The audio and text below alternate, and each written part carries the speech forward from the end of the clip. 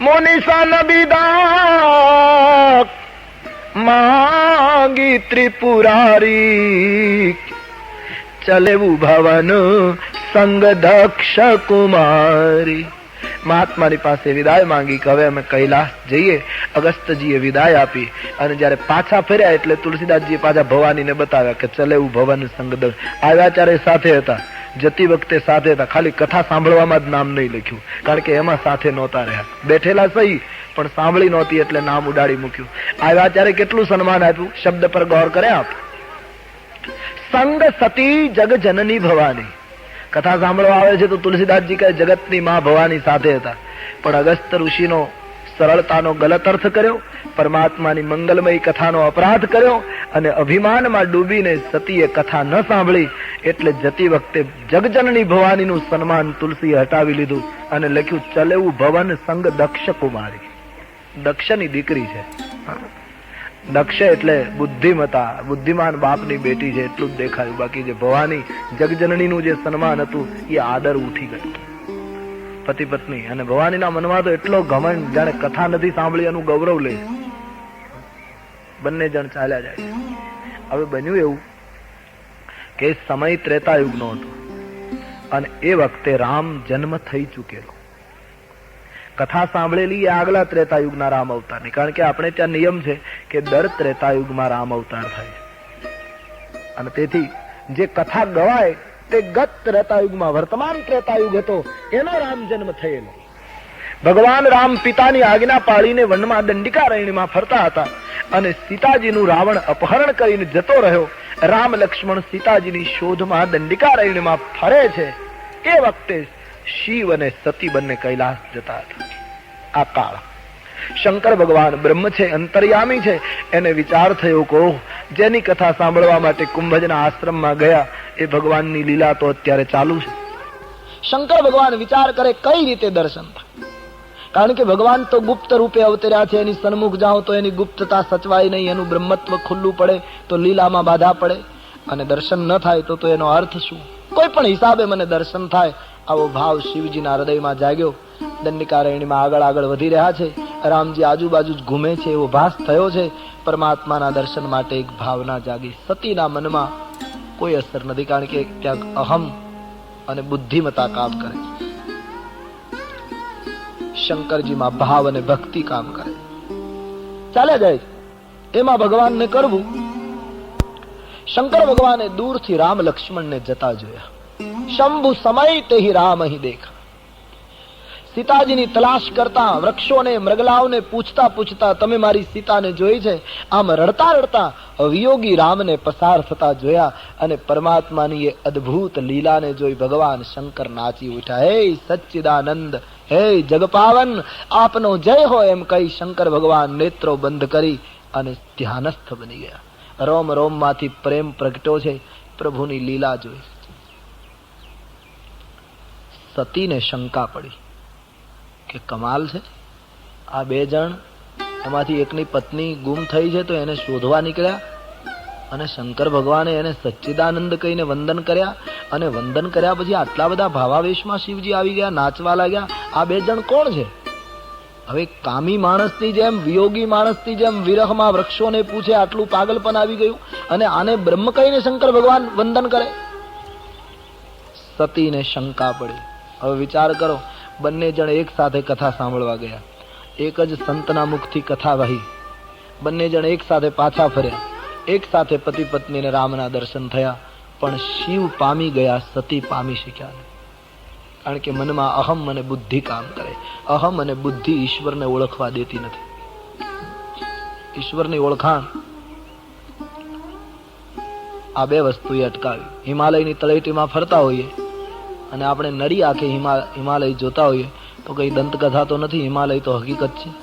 આખો હિમાલય આપણને દેખાતો હોય, પણ આપણા બધાના અનુભવ કે વંટોળ આવે, પવન આવે અને હવાને લીધે ધૂળ ઉડે ને એમાંથી એક રજકણ આપણી આંખમાં પડે અને આંખ ચોળવામાં રહીએ તો એ કણું પડવાને લીધે, રજકણ પડવાને લીધે આખો હિમાલય દેખાતો બંધ થઈ. એનો અર્થ હિમાલય જતો નથી રહ્યો, આપણી આંખમાં રજકણ પડ્યું એને હિમાલય દેખાતો બંધ કરી દીધો. મારી તમારી આંખમાં બુદ્ધિ અને અહંકારના રજકણો પડે છે ત્યારે ઈશ્વર દેખાતો બંધ થઈ જાય. સવાલ આંખને સુધારવાનો છે. काबू में अपना मन नहीं, एक शेर है, काबू में अपना मन नहीं तो ध्यान क्या करे. यदि काबू में अपना मन नहीं तो ध्यान क्या करे, और आंखें न करे दीदार तो उसमें भगवान क्या करे. तेरी आंखें न करे दीदार, ઈશ્વર તો દરેક જગ્યાએ બેઠેલો છે, તારી આંખ જો એને જોઈ ન શકે તો એમાં ઈશ્વર શું કરે. આંખમાં પૂર્વગ્રહ જ્યારે ભરાય છે ત્યારે ઈશ્વર દેખાતો. સતીને રામમાં રામ તત્વ દેખાયું. એને રામ એકદમ કામી માણસ દેખાયા અને સતીએ એકદમ બુદ્ધિમાન હોવાનો દાવો કરી શિવજીને કહ્યું, મહારાજ આટલા બધા પ્રેમાવેશમાં આવી ગયા, તમે ખૂબ લાગણીશીલ છો, આ બે રાજકુમારને જોઈને આપ નાચવા લાગ્યા, એને તમે સચ્ચિદાનંદ કહીને પ્રણામ કર્યા, તમે તો ત્રિભુવન ગુરુ છો. એ કોણ છે બે જણ? સ્પષ્ટતા કરો મહારાજ. ભગવાન શંકરને સતીની દયા આવી કે દેવી તમે અવસર ચૂકી ગયા, તમે ઓળખી ન શક્યા. બોલે પણ મહારાજ એમાં શું ઓળખવાનું, કોઈ સામાન્ય માણસની જેમ ભટકે છે, કોણ છે? અરે પાર્વતી, જાસુ કથા કુંભજ ઋષિ ગાય, જેની કથા અગસ્ત ઋષિએ આપણને સંભળાવી, જેની ભક્તિનું દાન મેં અગસ્તજીને આપ્યું, સો મમ ઈષ્ટદેવ રઘુવીરા, એ મારા ઈષ્ટદેવ રઘુવીર પરાત્પર બ્રહ્મ પોતે નિરાકાર નરાકાર થઈને આવ્યા છે. સમગ્ર જગતનો પિતા દશરથનો પુત્ર બનીને આવ્યો છે. વ્યાપક શક્તિએ વ્યક્તિનું રૂપ ધારણ કર્યું છે. દેવી સાક્ષાત બ્રહ્મ પોતે, જેની કથા આપણે સાંભળી, આપ અવસર ચૂકી ગયા. એ બ્રહ્મ છે. મુનિ ધીર જોગી સિદ્ધ સંતત વિમલ મન જહી ધ્યાવગી કહીને તીની ગમ પુરાણ આગમ જાસુ કીર્તિ ગાવગી સોઈ રામ વ્યાપક બ્રહ્મ ભુવન નિકાયપતિ માયાધની અવતારે આપને ભગત હિત નિજ તંત્ર નિત રઘુકુલ મની. પાર્વતી, ઋષિ મુનિઓ જેનું ધ્યાન કરે, વેદો જેને નેતિ કહીને પુકારે, જે સમગ્ર જગતના માલિક અને માયાના અધિપતિ છે, એ આજ ભક્તોને માટે મનુષ્ય આકાર લઈને પધાર્યા છે. દેવી, એ મારા ઈષ્ટદેવ, 24 કલાક જેના નામનો જપ કરું છું, એ રામ પોતે હતા. શંકર ભગવાને સતીની આગળ સ્પષ્ટતા કરી, પણ લાગન ઉર ઉપદેશ લાગ્યો નહીં. આપણે સવારે ચર્ચા કરી, ઉપદેશ લાગતો જ નથી, બોધ જ સફળ થાય. શંકર ભગવાને ઘણું કહ્યું, પણ સતીએ દલીલ કરી કે મહારાજ તમે એને બ્રહ્મ કહેતા હો તો બ્રહ્મને ખબર ના હોય મારી પત્નીને કોણ લઈ ગયું. આ તો વૃક્ષને પૂછે કે તમે મારી સીતા જોઈ, આ કઈ બ્રહ્મ છે? આ તો કોઈ કામી માણસ છે, કોઈ ભોગી માણસ.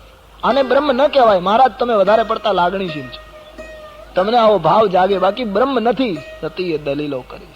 શંકર ભગવાન કહે, દેવી મારું કહ્યું માનો, હું તમારો પતિ છું, તમે પતિવ્રતા સ્ત્રી છો, પતિના વચન ઉપર વિશ્વાસ કરો, હું આપને કહું છું કે એ બ્રહ્મ છે.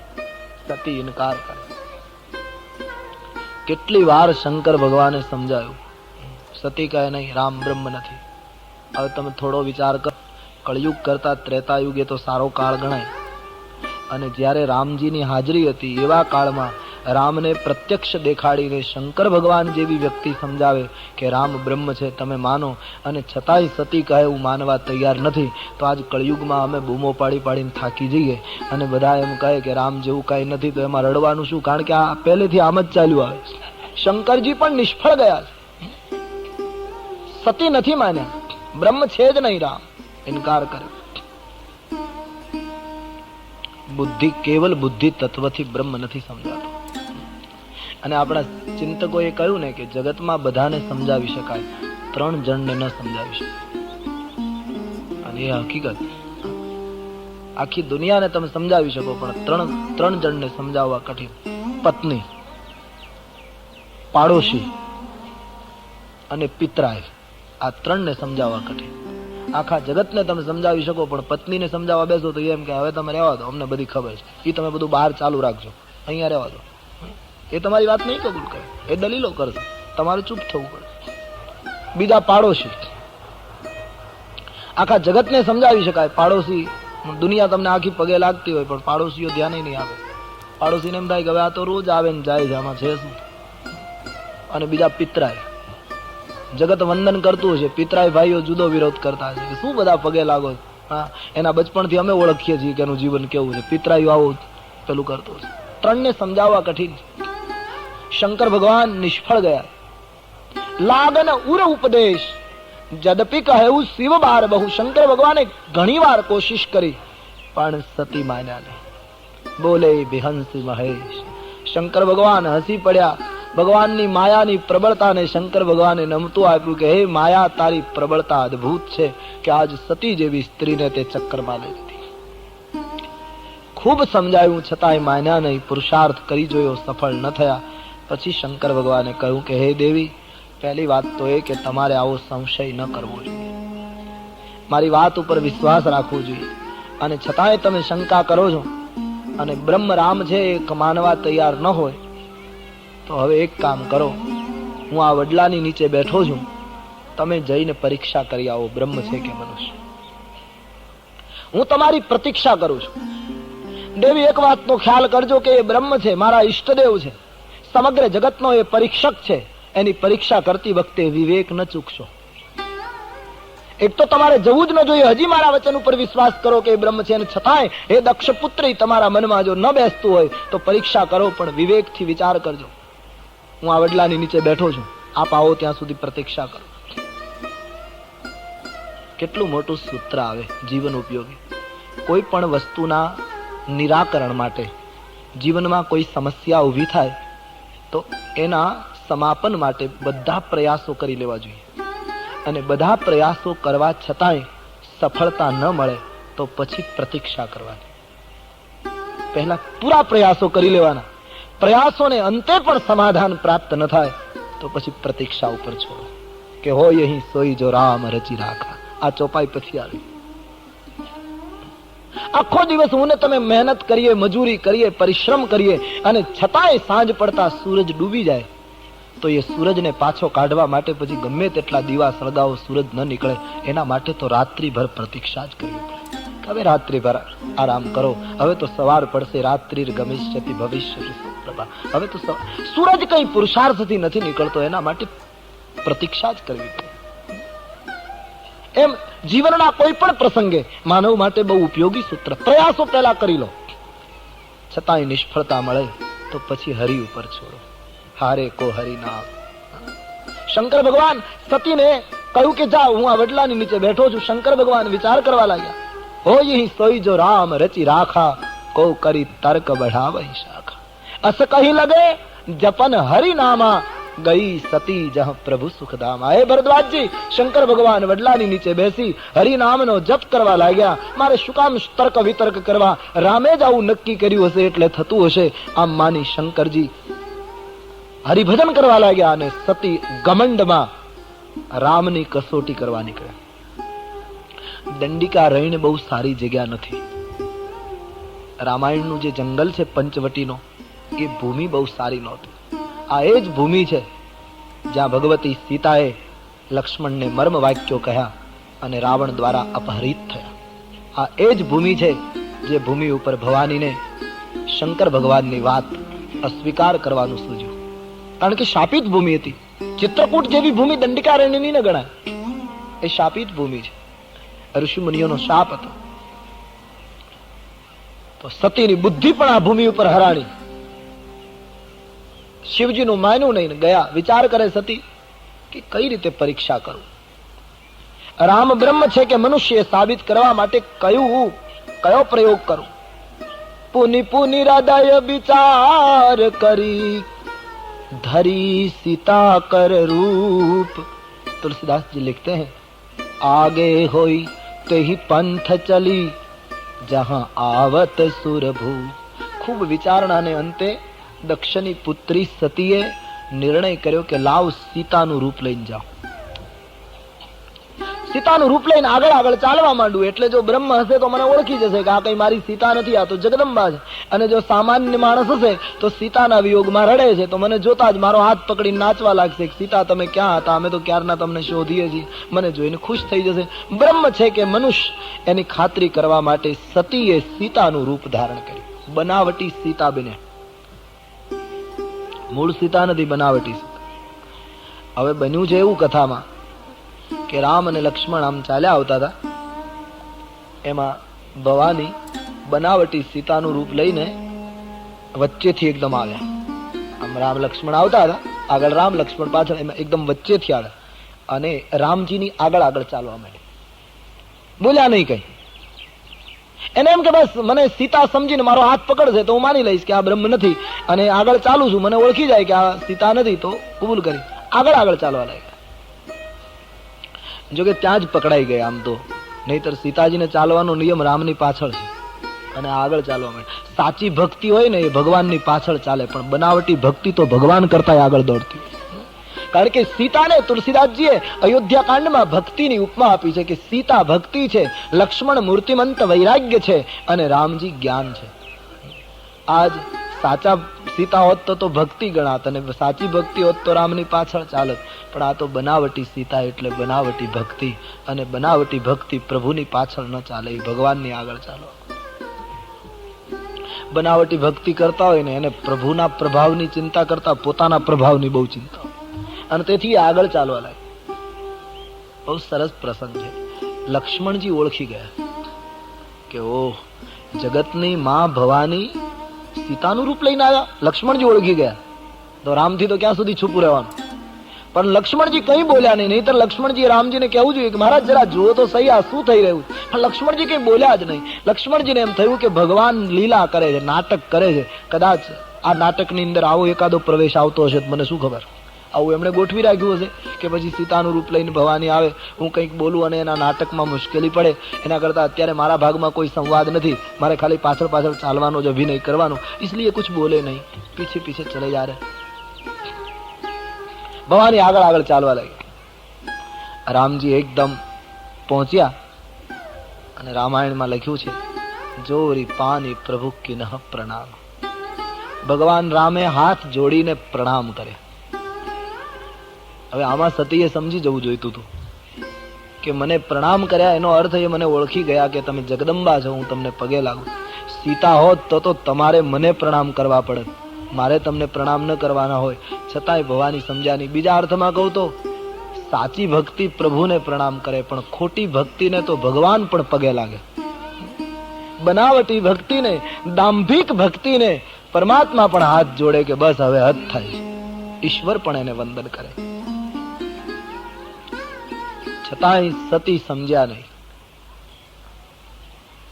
ભગવાને વંદન કર્યા, હાથ જોડ્યા, એનું એક ત્રીજું કારણ પણ ગણાય. કારણ કે ભવાની ભગવાનની પરીક્ષા કરવા આવ્યા, અને નિયમ પ્રમાણે જે પરીક્ષા કરે એ ગુરુ કહેવાય, અને જેની પરીક્ષા થવાની હોય તે વિદ્યાર્થી કહેવાય. અને ગુરુ જ્યારે પરીક્ષા કરવા આવે ત્યારે વિદ્યાર્થીએ એને પગે લાગવું જોઈએ. એટલે ભગવાન રામે એ પરંપરાનો પ્રયોગ કર્યો કે આપ ગુરુ તરીકે વિદ્યાર્થી મારી પરીક્ષા લેવા આવો છો તો હું વિદ્યાર્થી તરીકે તમને વંદન કરીને આદર આપું છું કે પધારીએ ગુરુ મહારાજ. એ અર્થમાં ભગવાન રામજીએ વંદન તો કર્યા, પણ રામજીને એક પ્રશ્ન ઉઠ્યો કે સંબોધન શું કરવું. છે જગતની માતા અને વેશ સીતાનો. હવે માતાજી પધારો એમ કહેવું કે સીતાજી પધારો એમ કહેવું. માતાજી પધારો એમ કહે તો સીતાના રૂપને માતા કહ્યું કહેવાય, તો પોતાના સંસાર માટે પ્રશ્ન ઉભો થાય. અને સીતાજી પધારો એમ કહે તો જગદંબાને પત્ની કહ્યા કહેવાય, તો ધર્મને મુશ્કેલી પડે. એટલે ન સીતાજી કહી શકાય ન માતાજી કહી શકાય. તુલસીદાસજીએ બહુ સરસ સગવડ કરી આપી. ભગવાન રામજીએ ત્રીજું સંબોધન કર્યું. ન સીતાજી કહ્યા ન માતાજી કહ્યા. હાથ જોડીને કહ્યું, મારા પિતા શંકર ક્યાં છે? તમે એકલા કેમ? આમાં બધું આવી ગયું. મારા પિતાજી ક્યાં છે? આપ એકલા બિપિન અકેલી ફિરહી કે હેતુ શંકરજીને પિતા કહ્યા. એટલે ભવાની સમજી ગયા કે મને ઓળખી ગયા, મને માં કહેવા માંગે છે. એક જ શબ્દમાં ભવાની સમજી ગયા અને ભવાની ભાગ્યા. એક પણ લફ્ઝ બોલ નહીં પાય. ભગવાન રામજી હસતા હસતા લક્ષ્મણજીની સામે જુએ, લક્ષ્મણ તું મને પૂછતો હતો ને કે માયા એટલે શું? આનું નામ માયા. જગદંબા ભવાનીને આજ માયાએ ઘેરી લીધા છે અને આજ બનાવટ કરીને આપણને છેતરવા આવ્યા. સતી ભાગ્યા છે.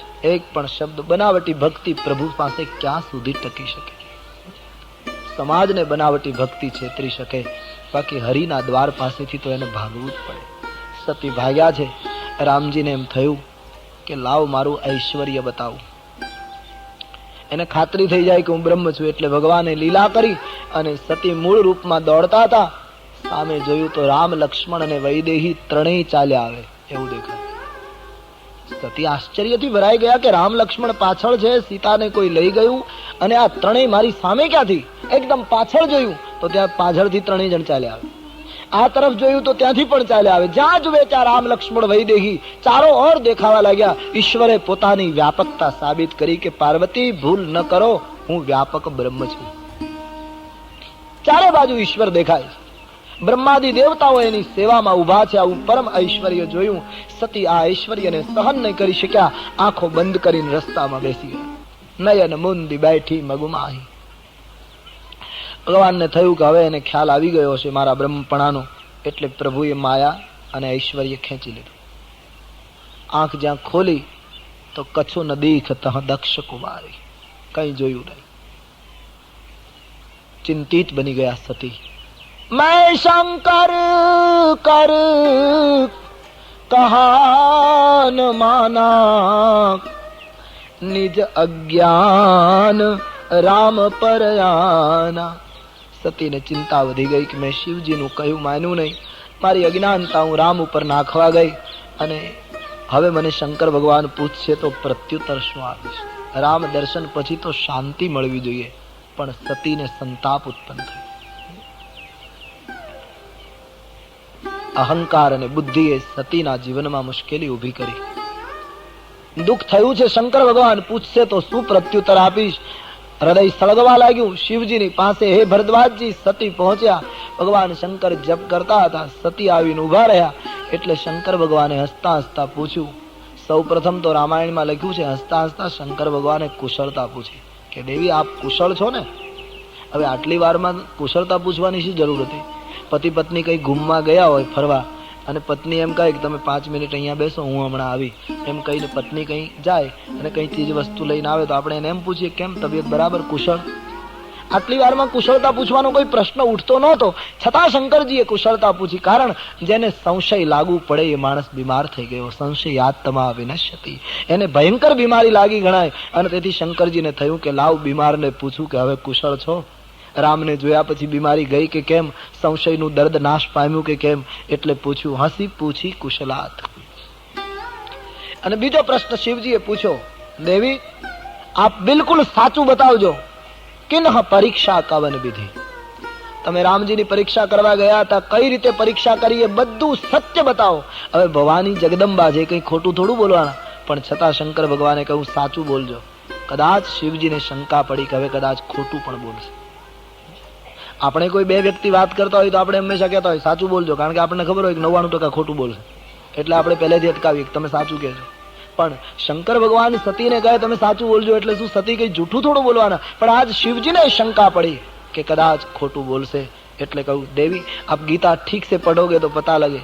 જ્યારે જ્યારે કોઈ મહત્વનો પ્રસંગ આવ્યો એટલે કૃષ્ણ ભગવાને તુરત જ અર્જુનને કહ્યું નાત્ર સંશય, શંકા કરીશ નહીં, કારણ કે એને ખબર પડી જાય કે હમણાં આ શંકા કરશે, એટલે પહેલેથી જ એકદમ બોલતા હોય છે અને છતાં અર્જુન શંકા કરતો રહે. એમ શિવજીને ખબર પડી ગઈ કે સતી ખોટું બોલશે કદાચ, માટે કહ્યું સાચું બોલો, આપે કઈ રીતે પરીક્ષા કરી? રામ બ્રહ્મ છે કે મનુષ્ય નક્કી થયું.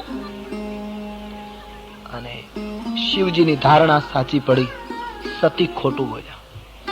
કछु ન પરીક્ષા લીન ગોસાઈ, કछु ન પરીક્ષા લીન ગોસાઈ, કિન્હ પ્રણામ તુમારી હી નાઈ, કિન્હ પ્રણામ તુમારી હી નાઈ. મહારાજ મેં કોઈ પરીક્ષા નથી કરી. જેમ આપે પ્રણામ કર્યા એમ મેં પ્રણામ કર્યા. કેટલું સદંતર જૂઠું બોલ્યા. હકીકતમાં પોતે પ્રણામ કર્યા જ નહોતા, રામ પાસે પ્રણામ કરાવ્યા. અને છતાં શંકર ભગવાનને કહે મેં કોઈ પરીક્ષા કરી નથી, મને તમારા વચન ઉપર પૂરેપૂરો વિશ્વાસ હતો, પણ ફરક એટલો તમે દૂરથી પ્રણામ કરતા હતા અને હું જરા નજીક જઈને પ્રણામ કરી આવી, બાકી મેં બીજું કશું કર્યું નથી. મને મારા પતિના વચન ઉપર વિશ્વાસ ન હોય. કેટલું મોટું જૂઠ બોલે. એક જૂઠ ઘણા જૂઠને નિમંત્રણ આપે છે. આ નિયમ છે. એક વસ્તુ તમે ખોટી કરીએ ને, પછી એ ખોટી વસ્તુને છુપાવવા માટે બીજું ઘણું ખોટું ભેગું કરવું. અસત્યથી બચવા માટે અસત્ય થયા પછી અસત્યને જાહેર કરવું, આ એક જ ઉપાય છે. અસત્યને છુપાવવા માટે આ જગતમાં માનવ સમાજે ઘણા અસત્ય ઉભા કર્યા છે. એક જ ઉપાય છે, અસત્ય જાહેર કરી દેવું. સતી છુપાવે છે. સતીની પહેલી ભૂલ અગસ્ત્યની સરળતાનો ગલત અર્થ. સતીની બીજી ભૂલ રામકથા સાંભળી નહીં. સતીની ત્રીજી ભૂલ પોતાના પતિ જે તત્વને વંદન કરે એ રામ તત્વને વંદન ન કર્યા. સતીની ચોથી ભૂલ રામ ઉપર શંકા કરી. સતીની પાંચમી ભૂલ પતિએ કહ્યું કે બ્રહ્મ છે છતાં માન્યું નહીં અને પરીક્ષા કરવા ગયા. સતીની છઠ્ઠી ભૂલ સીતાનું રૂપ લીધું અને સતીની સાતમી ભૂલ પોતાના પતિની આગળ ખોટું નિવેદન કર્યું કે મેં કોઈ પરીક્ષા કરી. એક ભૂલ કેટલી ભૂલ તરફ માણસને લઈ ગઈ. આપણા જીવનમાં અક્ષર આવું બને. એક અસત્ય ઘણું, અને એ તો આપણને અમુક જયારે સ્વાર્થો દેખાય છે ને ત્યારે એના કટુ પરિણામને ગંધ આવતી નથી, અથવા તો માણસ એને ધ્યાનમાં લેતો નથી. બાકી નાનકડું એવું અસત્ય માણસને ભયંકર બદલો આપે છે. કરેલું અસત્ય એનું ફળ બહુ ભયંકર મળે. ભલે થોડું એવું સ્વાર્થમાં રહીને કર્યું છે, થોડાક સ્થાનિક સુખો માટે, થોડાક વર્તમાન સુખો માટે, પણ એનો બદલો માણસને બહુ આપવો પડે છે. અમારે સૌરાષ્ટ્રમાં એક બહુ રમૂજી વાર્તા કહેવાય કે એક પિતા પુત્ર બોમ્બે જતા હતા ટ્રેનમાં. તો પછી ઘરેથી નીકળ્યા તો છોકરાએ નાસ્તો કરેલો. પછી રસ્તામાં બજારમાં કુલ્ફી વેચાતી હતી, એટલે છોકરાએ એના બાપુજીને કહ્યું કુલ્ફી લઈ આપ. એના બાપુજી 50 પૈસાની કુલ્ફી લઈ આપી. છોકરાએ ખાધી. થોડા આગળ ગયા તો આઈસ્ક્રીમ મળતો હતો. છોકરાએ કહ્યું આઈસ્ક્રીમ ખવડાવ. એના બાપુજી વળી 50 પૈસાનો આઈસ્ક્રીમ ખવડાવ્યો. ત્યાં સ્ટેશન આવી ગયું. બંને જણા ટ્રેનમાં બેઠા. ગાડી અમદાવાદથી સ્ટાર્ટ થઈ. તો પહેલું સ્ટેશન આવ્યું, અમદાવાદથી રવાના થયા પછી. અને છોકરાએ એના બાપુજીને કહ્યું બાપુજી મને ભજીયા લઈ દો. એના બાપુજી કહ્યું મૂર્ખ, તું ઘરેથી જમ્યો, રસ્તામાં આઈસ્ક્રીમ ખાધો, કુલ્ફી ખાધી ને, મુંબઈ સુધીમાં તો કેટલાય સ્ટેશન આવશે, કઈ સ્ટેશને ખાવાનું, તબિયત બગડે. કહ્યું નહીં, તમે મને ભજીયા લઈ દો. એનો બાપ બહુ ગરમ થયો કે નહીં હું ભજીયા નહીં લઈ દઉં. ટ્રેનમાં બધા બેઠેલા બધા સાંભળે અને બાપ દીકરો ચર્ચા. પેલો છોકરો કહે નહીં બાપુજી મને ભજીયા લઈ દો. એના પિતાજી ના પાડે. એ 5 મિનિટની ચર્ચા પછી છોકરો એક વાક્ય બોલ્યો બાપુજી ભજીયા લઈ દો, નહીતર હું કહી દઈશ. એ કહી દઈશ બોલ્યો એટલે એના બાપુજી રૂપિયાના ભજીયા લઈ દીધું. આ કહી દઈશ મંત્ર જેવું કામ કરે. ભજીયા ખાધા, ટ્રેન ઉપડી, આણંદ આવ્યું. ગાડી ઉભી રહી. આણંદમાં કઈક પેડા કે કઈ વેચાતું હશે. છોકરાએ કહ્યું બાપુજી પેડા લઈ દો. અરે કહ્યું મૂરખ, તું કેટલું ખાઈશ, તારી તબિયત બગડે. કહે નહીં, બીજી વાત નહીં કરો, લઈ દો નહીતર કહી દઈશ. આ રૂપિયાના પેડા લઈ દીધા. વડોદરા આવ્યું. છોકરાએ કહ્યું ચેવડો લઈ દો. એનો પિતા સ્ટેશને ગુસ્સે થાય. છોકરો માંગણી કરે, પિતા ઇનકાર કરે અને ચર્ચાને અંતે એક જ વાક્ય મંત્રની જેમ બોલે કે લઈ આપો નહીતર કહી દઈશ. એ કહી દઈશ આવે એટલે એનો પિતા લઈ આપે. ટ્રેનમાં બેઠેલા બધાને નવાઈ લાગી કે આ કહી દઈશમાં એવો કયો જાદુ છે કે આ વાક્ય આવે એટલે એનો પિતા કબૂલ થઈ જાય. ભરૂચ આવ્યું તો વળી કંઈક બીજું માંગ્યું, સુરત આવ્યું તો કંઈક બીજું, આમ કરતા કરતા વલસાડ આવ્યું. અને વલસાડના સ્ટેશનમાં પાછી કુલ્ફી વેચાતી હતી. છોકરાએ કહ્યું બાપુજી કુલ્ફી લઈ દો. અને હવે એના પિતાનો મગજ ગયો કે હવે હદ થાય છે, કેટલું તું ખાઈશ, તને શરમ આવી જોઈએ કે બાપુજી ગરમ નહીં થાવ, લઈ આપો નહીતર કહી દે. કુલ્ફી લઈ આપી. પછી એક મુસાફરથી રહેવાયું નહીં. કહ્યું વડીલ માફ કરજો, તમારી અંગત ચર્ચામાં અમે પડીએ છીએ, પણ હવે ચોખવટ કરો. અમદાવાદથી બેઠા ત્યારથી અમારું મગજ તમારામાં જ રોકાયેલું છે.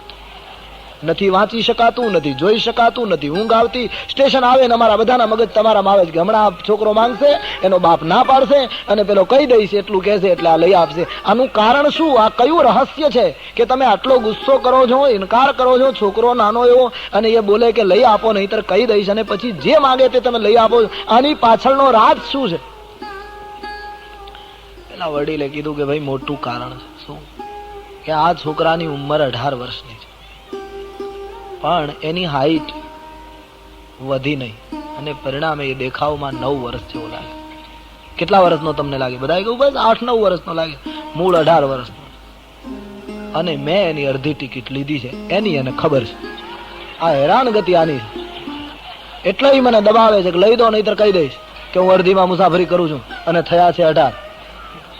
મને પહેલેથી ખબર હોત કે આટલો હેરાન કરે તો હું આની પહેલેથી આખી ટિકિટ લેત. કારણ કે મુંબઈ થી વલસાડ સુધીમાં એને એટલી કુલ્ફી ને બીજું ખાધું છે કે 3 આખી ટિકિટના પૈસા થયા છે. પણ એક અસત્ય, નાનું એવું અસત્ય માનવીને 3 ગણા બદલામાં ઉતારે. કરને કોઈ અમલ, बहुत सुंदर गजल है एक सूफी की. करने कोई अमल और हरि को सिमर, उत्पातन कर उत्पातन कर, ये जन्म तुझे अनमोल मिला, उसे बर्बादन कर बर्बादन कर. बहुत सुंदर शेर है, मैं ये शेर कहने को जा रहा.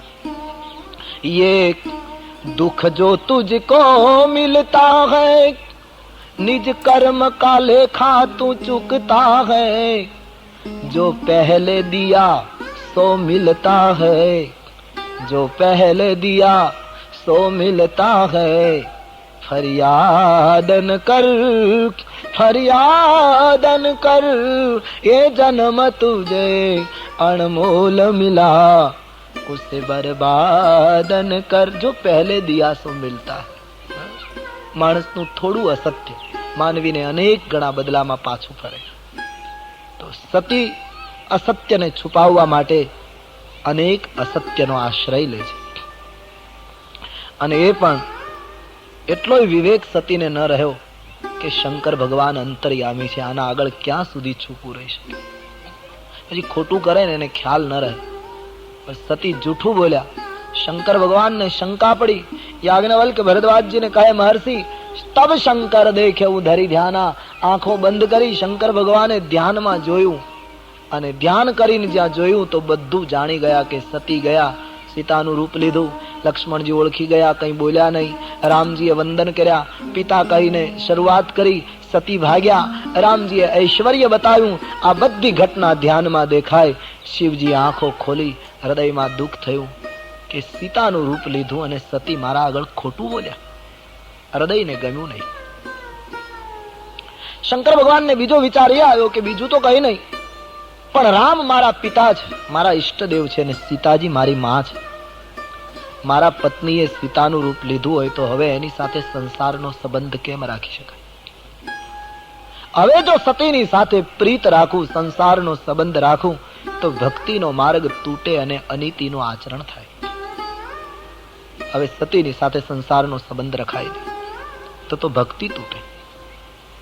શું કરવું એમ વિચાર કરવા લાગ્યા શિવજી. એમાં હૃદયમાં પ્રેરણા ઉઠી અને શંકર ભગવાને મનમાં સંકલ્પ કર્યો કે દક્ષની પુત્રી આ સતી, જેણે સીતાનું રૂપ લીધું, એનું આ શરીર હશે ત્યાં સુધી આ સતી પણ હવે મારે માતા સમાન ગણાશે. આની સાથે ગ્રહસ્થાશ્રમનો, સંસારનો મારો કોઈ સંબંધ નહીં. ભક્તિનો નિર્વાહ કરવા માટે શિવજીએ સતી સાથેનો સંબંધ તોડ્યો. જ્યાં મનમાં દ્રઢ સંકલ્પ કર્યો શિવજીએ કે સતીની સાથે ગ્રહસ્થાશ્રમનો કોઈ સંબંધ નહીં, એ મારી માતા ગણાશે. આકાશના દેવતાઓએ આકાશવાણી કરી છે. ધન્ય હો શિવજી, ધન્ય હો ચંદ્રશેખર, આપના સિવાય આટલી મોટી પ્રતિજ્ઞા કોણ કરી શકે? આકાશવાણીના શબ્દો સાંભળતા સતીને શંકા પડી. એમણે શિવજીને પૂછ્યું કે પ્રભુ આપે શું પ્રતિજ્ઞા કરી? બીક લાગી છે, ભય લાગ્યો. શંકર ભગવાનને થયું કે હું કહીશ કે મેં તમારો ત્યાગ કર્યો છે આજીવન, તમારું આ શરીર હોય ત્યાં સુધી, તો સતીને દુઃખ થશે, એટલે જાહેર ન કર્યું. જુદી વાત કરી, વિષયાંતર કરી અને સતીને કૈલાસ લઈ ગયા. બરનત વિવિધ પંથ ઇતિહાસ, વિશ્વનાથ પહોંચે કૈલાસ. નિર્ણય મક્કમ. સતીની સાથેનો સંબંધ તૂટી ચૂક્યો. દૂધ અને પાણીનો કેટલો અદ્ભુત સંબંધ કે પાણી દૂધમાં ભળે તો દૂધ એને રંગ આપે, રૂપ આપે, નામ આપે, સ્વાદ આપે, અને પાણીને પોતાનામાં સ્થાન આપી દૂધ પોતાની કિંમતે પાણીને વેચાવી પણ નાખે. આટલો બધો બંનેનો સંબંધ. પણ એક જ છાશનું ટીપું પડે તો પાણી પાણી ન રહે, દૂધ દૂધ ન રહે. એમ જીવ અને શિવનો ઉપનિષદકારો કહે એટલો મક્કમ સંબંધ છે. પણ જ્યારે જીવ કપટ કરે ત્યારે ઈશ્વરથી એને છૂટાત પડ્યું. સતી ઈશ્વરથી જુદા પડી ગયા. કૈલાસ ઉપર જતા વેત શિવજીએ પોતાનો નિર્ણય ચરિતાર્થ કર્યો. મૃગચર્મ બિછાવીને શંકર ભગવાન ધ્યાનમાં બેસી ગયા. સતી એકલા થઈ ગયા. શિવજીના વર્તનથી સતીને ખ્યાલ આવ્યો કે મારો ત્યાગ થઈ ગયો. પછી તો ખૂબ પસ્તાવો થયો, ખૂબ રડ્યા છે. એકલા કૈલાસ ઉપર રહેવાનું શરીર સુકાવા લાગ્યું. પરમાત્માની વારંવાર પ્રાર્થના કરે છે કે કાં તો મારો દેહ પડી જાય, યા તો શંકર સાથે સમાધાન કરાવી દો, બાકી આ મારાથી સહન થતું નથી. સતી ખૂબ જ પસ્તાવાથી ખિન્ન બની ગયા છે. શરીર કૃશ બની ગયું. ઘણા વર્ષો વીત્યા એમ રામાયણમાં લખ્યું છે. આ પરિસ્થિતિમાં એકલા સતી રહ્યા. શંકરજી ધ્યાનમાં છે. बीते संवत 87 तजी समाधि शंभु अविनाशी राम राम शिव सुमिरन लागे जाने वो सती जगतपति जागे. 87,000 વર્ષો વીતી ગયા. કદાચ કોઈને એમ થાય કે આટલા બધા વર્ષો સુધી ધ્યાનમાં સતી એમને એકલા રહ્યા છે. કારણ કે આપણા ધર્મગ્રંથોમાં ગણતરી બધી હજારો વર્ષમાં જ આવે છે. એટલે આજની આપણી 75 ને 100 વર્ષની ઉંમરના મગજમાં આ બેસે જ નહીં. કારણ કે એ તો એ કાળના સંદર્ભમાં જઈએ તો જ સમજાય. કારણ કે સતયુગમાં માણસની ઉંમર એમ કહે છે 1 લાખ વર્ષની હતી, સર્વમાન્ય ઉંમર. પછી કહે છે કે ત્રેતાયુગ આવ્યો એટલે 1 લાખ વર્ષમાંથી 1 શૂન્ય જતી રહી. એટલે ત્રેતાયુગનો માણસ 10,000 વર્ષ જીવતો. પછી દ્વાપર આવ્યો એટલે 1 શૂન્ય પાછી ગઈ. એટલે દ્વાપરમાં માણસની ઉંમર 1,000 વર્ષની ગઈ. અને કળિયુગ આવ્યો એટલે 1 શૂન્ય પાછી ગઈ. એટલે કળિયુગમાં ખાલી 100 વર્ષની રહી. હવે તો બધા સમૂહમાં ભગવાનની પ્રાર્થના જ કરવાની રહે કે હવે મહેરબાની કરીને શૂન્ય ઉડાડીશ નહીં, નહીતર કેવલ 10 થઈ જશે ને 10માં શું કરવું. તુલસીદાસજીએ તો ખતરો બતાવ્યો જ કે લઘુ જીવન સંવત 5 કલ્પાંતન નાશ ગુમાન અસા. કળિયુગનું વર્ણન કરતા તુલસીદાસજીએ લખ્યું કે માણસનું જીવન લઘુ થઈ જશે કળિયુગમાં, અને છતાંય એવો ગર્વ કરતો હશે કે જાણે કલ્પાંતમાં એનું મૃત્યુ નથી. ઘમંડ એટલો કરતો હશે. તો એ કાળના સંદર્ભમાં જોઈએ તો જ ખ્યાલ આવે. હજારો વર્ષ માણસ જીવી શકતો હતો, માણસ સાધના કરતો હતો. તો વર્ષો પછી શંકર ભગવાનની આંખ ખુલી, રામ રામ જપવા લાગ્યા. સતીએ જાણ્યું કે જગતપતિ જાગ્યા. તુલસીદાસજીની શબ્દ લખવામાં કેટલી સાવધાની, કારણ કે જગતપતિ છે, હવે પાર્વતીપતિ નથી રહે. એ સંબંધ તૂટી ગયો. જગતપતિ જાગે. એકદમ સતી દોડ્યા. શરીર કૃશ બની ગયેલું. ભગવાન શંકરજીને પ્રણામ કરીને ઉભા રહ્યા તો સન્મુખ શંકર આસન દિનહા. શંકર ભગવાને કહ્યું સન્મુખ બેસો, મારી બાજુમાં બેસવાનો અધિકાર તમે ગુમાવ્યો છે. કપટ જીવને શિવથી જુદા પાડે છે. સામે બેસી ગયા. ખેદ અને પસ્તાવાથી મન ભરેલું છે. પણ શંકરજી તો ખૂબ ઉદાર છે. શંકરજીને દયા આવી. સતીનો મેં ત્યાગ કર્યો, એ ખૂબ દુઃખી છે. અને પસ્તાવાથી ખિન્ન બનેલા સતીને જોઈને શંકરજીને થયું લાવ કંઈક એવી રસ પડે એવી કથાઓ કહું જેથી કરીને સતીના મનમાં આનંદ ઉત્પન્ન થાય. શંકર ભગવાન સતીને આનંદ પડે એનું દુઃખ ભૂલાય એટલા માટે લગે કહાને કછુ કથા રસાલા દક્ષ પ્રજેશ ભયઉ તે કાલા. આખું ચરિત્ર યાજ્ઞવલ્ક ભરદ્વાજજીને કહી રહ્યા છે કે હે ભરદ્વાજજી, શંકર ભગવાન એ વખતે કૈલાસ ઉપર સતીને રસદાયક કઈ કથા કહેવા લાગ્યા જેથી કરીને એને દુઃખ ભૂલાય. એ જ્યાં શિવજી રસપ્રદ કથા કહેવા લાગ્યા ત્યાં એક ઘટના બની. સ્વર્ગમાં બધા દેવતાઓને એકઠા કરી અને બ્રહ્માજીએ સતીના પિતા જે દક્ષ મહારાજ હતા એને પ્રજાપતિ નાયકની પદવી અર્પણ કરી. તમામ દેવતાઓમાં દક્ષ મહારાજ એને યોગ્ય દેખાયા બ્રહ્માજીને, અને તમામ દેવતાઓમાં એની વરણી થઈ પ્રજાપતિ નાયક તરીકે. હવે દક્ષ પ્રજાપતિ નાયક બન્યા, શિવજીના સસરા સતીના પિતા. એને તુરત જ અહંકાર આવ્યો કે મને આટલી મોટી પદવી મળી, તમામ દેવતાઓમાં મારી પસંદગી થઈ, અને એ અભિમાનમાં એમણે એક યજ્ઞ કરવાનો વિચાર કર્યો. હવે યજ્ઞ એટલા માટે કર્યો કે આ યજ્ઞ કરી અને બ્રહ્મા, વિષ્ણુ અને મહેશનું અપમાન કરો. તમામ દેવતાઓને યજ્ઞમાં નિમંત્રણ આપવું, પણ 3 દેવતાઓને નિમંત્રણ. બનેલું ભૂતકાળની ઘટના એવી છે કે એકવાર બ્રહ્મ સભામાં બધા દેવતાઓ બેઠા હતા અને એમાં દક્ષ મહારાજ આવ્યા ત્યારે બધાએ ઊભા થઈને એને સન્માન આપ્યું. શંકર ભગવાન ધ્યાનમાં હતા એટલે એને ખ્યાલ નહીં કે કોણ આવ્યું, એટલે એ પોતે ઊભા નહીં થયા. હવે શિવ ઊભા ન થયા પોતાના જમાય એટલે દક્ષને ખોટું લાગ્યું કે આખી સભા મને સન્માન આપે ને મારો જમાય આટલો મોટો ઘમંડી કે બેસી રહ્યો. બસ આ એના મનમાં ક્યારનું ખટકતું હતું કે ક્યારે અવસર મળે ને હું શિવનો બદલો લઉં, એનું અપમાન કરું. જેને સન્માનની બહુ ભૂખ હોય ને એ મંડપમાં પ્રવેશ કરે ત્યારે કેટલા ઊભા થયા એને ન જુએ, પણ બેસી કેટલા રહ્યા એ ખાસ જુએ. નહીતર દક્ષે રાજી થઈ જવું જોઈએ કે હવે એક બે ના ઊભા થયા તો તકલીફ શું, આટલા બધા તો ઊભા થયા સન્માન આપવા માટે, પણ ઊભા કેટલા થયા એ ન દેખાયું. શંકર એને દેખાયા કારણ કે બેસી રહે. અને ત્યારથી એના મનમાં બદલો લેવાની વૃત્તિ. એમાં બ્રહ્માજીએ આટલી મોટી પદવી આપી એટલે યજ્ઞ કર્યો.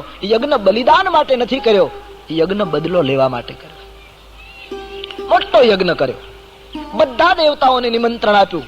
પોતાના જમાય જે શિવજી બદલો લેવા માટે શંકરને આમંત્રણની નહીં, પોતાની પુત્રીને પણ બોલાવીને. સત્કાર્ય હંમેશા બલિદાન માટે હોય, સમર્પણ માટે હોય. અહીં સત્કાર્ય આટલું મોટું દક્ષે કર્યું પણ બદલો લેવાની વૃત્તિ છે. સત્કાર્ય મેં સવારે પણ કહ્યું મોટે ભાગે સમાજમાં અહંકારની વૃદ્ધિ કરી છે. દક્ષની દશા સત્કાર્યની પાછળ આ છે. તમામ દેવતાઓને સૂચના આપી છે. આપણે કોઈને આમંત્રણ પત્રિકા મોકલીએ તો ગુજરાતીમાં નથી તાક લખતા, છેલ્લી કલમ લખીએ કઈ અગત્યની સૂચના કે રૂબરૂ ન મળાયું હોય તો રૂબરૂ મળ્યા તુલ્ય માનજો ને એવું કરીએ છીએ. તો સંતો કહે છે કે દક્ષાએ બધા દેવતાઓને આમંત્રણ મોકલ્યું, એમાં એક તાક કરેલી કે તમારે થોડા માઇલો ફરીને આવવું પડે તો એટલું અંતર વધારે કાપજો, પણ બધા દેવતાઓ વિમાનો લઈ લઈને કૈલાસ ઉપરથી જ પસાર કરે. આવી છેલ્લી કલમ કરી. એટલે મારા જમાઈને ખબર પડે કે અમારે ત્યાં બધા આવે છે ને એનો જીવ બાળવો છે. ઈર્ષાળુ માણસ હોય ને આવું જ કરે. ગામડાઓમાં ખાસ બને, જે ઘરની સાથે વિરોધ હોય ને એ ઘરની બાજુમાંથી નીકળે ત્યારે જ ખોખારો ખાય, નહીતર ત્યાંથી ચૂપચાપ નીકળી જાય તો વિરોધ ઘટી જાય. પણ જેની સાથે રોજનો વિરોધ હોય એની પાસે એ મકાન પાસેથી નીકળે ત્યારે જ પગ પછાડતા હોય. તો દેવતાઓને આવી સૂચના, અને દેવતાઓ એટલા જ તૈયાર, ને દેવતાઓ ઈર્ષાળુ તો છે, દેવતાઓ કઈ બહુ સારી સ્થિતિ નથી. એટલા માટે દેવ બનવા કરતા સાચા માનવ બનવું એ વધારે સારું. દેવ બનવાની ઉતાવળ ન કરશો, કારણ કે દેવ બન્યા પછી ઈર્ષા જો ચાલુ રહેતી હોય, દેવ બન્યા પછી ભોગ અને વિલાસ ચાલુ રહેતા હોય, દેવ બન્યા પછી બીજાને પછાડવાની વૃત્તિ ચાલુ રહેતી હોય, દેવ બન્યા પછી ઊંચ નિવાસ નીચ કરતૂતી જો ચાલુ રહેતી હોય, તો એ દેવત્વ કરતા સાચું મનુષ્યત્વ પેદા કરીએ વધારે ઉચિત છે. દેવતાઓ, તુલસીદાસજી રામાયણમાં દેવતાઓ ઉપર બહુ નારાજ છે, બહુ ફટકાર્યા છે દેવતાઓ. ખુદ બ્રહ્માજી પણ કહે છે કે દેવ જીવન ધિક્કાર છે, એવું બ્રહ્માજીના મુખે લખ્યું. અને મનુષ્ય જીવન ये तो बड़े भाग मानुष तनु पावा, धिक जीवन. ब्रह्मा जी स्तुति करते हैं राम जी की, तब बोले हैं धिक जीवन देव शरीर हरे, तब भक्ति बिना भव भूली परे, जय राम सदा सुख धाम हरे, रघुनायक सायक चाप धरे, भववारन दारुन सिंह प्रभो, गुण सागर नागर नाथ. ભગવાનના લંકાના વિજય પછી રણાંગણમાં બ્રહ્માજીએ પ્રભુની સ્તુતિ કરી છે. દિક જીવન દેવ શરીર હરે. મહારાજ, અમારા દેવ જીવનને ધિક્કાર છે, તમારી ભક્તિ ભૂલી ગયા છે. તો દેવ બનવા કરતા સાચા માનવ બનવાનો પ્રયાસ કરીએ. અને આમ દેવ બનવા માટે કઈક, દેવ તો બનવું જ પડશે, એના માટે કઈ કરવું નહીં પડે, એટલે એની ચિંતા જ છોડી દેવી છે. આપણે ત્યાં કોઈ ગુજરી જાય, મરી જાય તો નથી લખતા છોકરાઓ અમારા બાપા દેવ થઈ ગયા છે, એટલે એમાં કઈ આપણે કરવું નહીં પડે, તો એમને થઈ જવાશે. અને છોકરાઓ જાહેરાત કરી નાખશે કે અમારા બાપા દેવ થઈ ગયા છે. એટલે કઈ કર્યા વગર દેવ બની શકાશે, માનવ બનવું કઠિન છે. અને આ સંસારમાં મહાનતા એ છે, માણસ બની ગયા છે. આજે કરુણા એ છે, માણસ નથી રહ્યો. અમારે સૌરાષ્ટ્રમાં એમ કહેવાય કે કૂતરો રસોડામાં આપણને ખ્યાલ ન રહે અને રોટલીનો થપ્પો પડ્યો હોય અને કૂતરો રોટલી લઈને ભાગે, આપણે એની પાછળ દોડીએ તો આપણે ક્યારેય કૂતરાને એમ કીધું છે કે તું કૂતરો થા, કંઈક સમજ, કૂતરો થા, એવું ક્યારેય નથી કીધું. બિલાડી દૂધ પી જાય તો આપણે બિલાડીને ક્યારેય એમ નથી કહેતા કે તું બિલાડી થા, પણ માણસ ક્યારેક એવું કામ કરે ત્યારે લોકો કહે તું માણસ થા. માણસને કહેવું પડે તું માણસ થા, તો એનો અર્થ એમ થાય કે અત્યાર સુધી શું હતો, માણસ થાય એમ કેવું પડે. એક માનવીને નિર્માણ કરવો પડે. આપણને મનુષ્યનું શરીર મળ્યું છે એટલે વસ્તુ સમજી લો, મનુષ્ય જીવન તો નિર્માણ કરવું.